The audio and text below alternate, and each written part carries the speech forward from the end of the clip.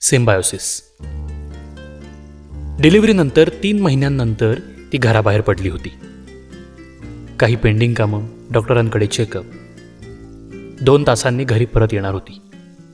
पण कामं करत करत 3 तास उलटून गेले होते. 2 तासात परत येईल म्हणून दूध पंप करण्याची गरज नाही असं वाटून तिने सोबत पंपही घेतला नव्हता. ऊर भरून आला होता. घरी पोहोचायला आणखीन तासभर लागणार होता. रिक्षा, टॅक्सी काहीच मिळेना. ओला उबरही वेळेत येणारे नव्हते. तिने लोकल ट्रेनने जायचा निर्णय घेतला. झपझप पावलं टाकत ट्रेन स्टेशन गाठलं. तिकीट काढता काढता ऊर टोचायला लागला होता. ट्रेन आली. ट्रेनमध्ये चढली तसं वेदनेने तिच्या डोळ्यात पाणी आलं.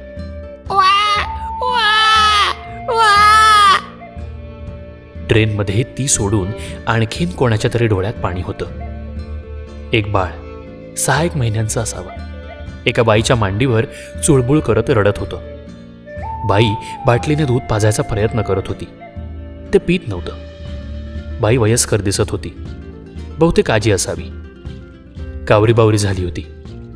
त्यांची नजरानजर झाली तशी ती म्हणाली, माझे नात आहे. दुसरा मुलगा डब्यात बसलाय.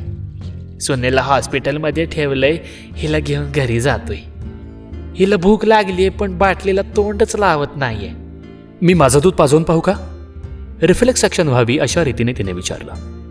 आजी चमकून पाहायला लागली. मला 3 महिन्यांचा मुलगा आहे. अंगावरचं पितो. मला काम होतं म्हणून घराबाहेर पडले. 2 तासांनी परतेन वाटलं होतं. 3.5 तास झालेत. माझा ऊर भरून आलाय. तुमची हरकत नसेल तर. आजीने नातीला पुढे केलं. मला पुढल्या स्टेशनला उतरायचंय, तेव्हा पटकन पाज. पुढल्या क्षणात ते बाळ तिच्या ओढणीखाली गेलं. 5 सेकंदात रडणं थांबलं. 1 मिनिटात पैंजण घातलेल्या पायांची हालचाल थांबली. दूध पीत पीत बाळ झोपी गेलं. तिने सवयीने बाळाला ओढणी खालूनच उचलून दुसऱ्या ब्रेस्टला लावलं. झोपेत बाळ दूध पित होतं. तिलाही हलकं वाटत होतं. पुरे पुरे झोपली ना ती? थँक्स ग, मला उतरायचं आहे आता. आजी म्हणाली. हो हो, अगदी थोडा वेळ. दुसरा ब्रेस्ट अजूनही दुधाने भरलेला, कडक होता. दे अगं मला, पुरे झालं, स्टेशन आलं. आजी जवळपास ओरडलीच. तिने चमकून पाहिलं. आजीचं बरोबर होतं. तिचं स्टेशन आलं होतं. तिच्या छातीत कळ उठली तशी ती म्हणाली, मी उतरते तुमच्याबरोबर, अगदी 2 मिनिटं, मग देते मी बाळाला.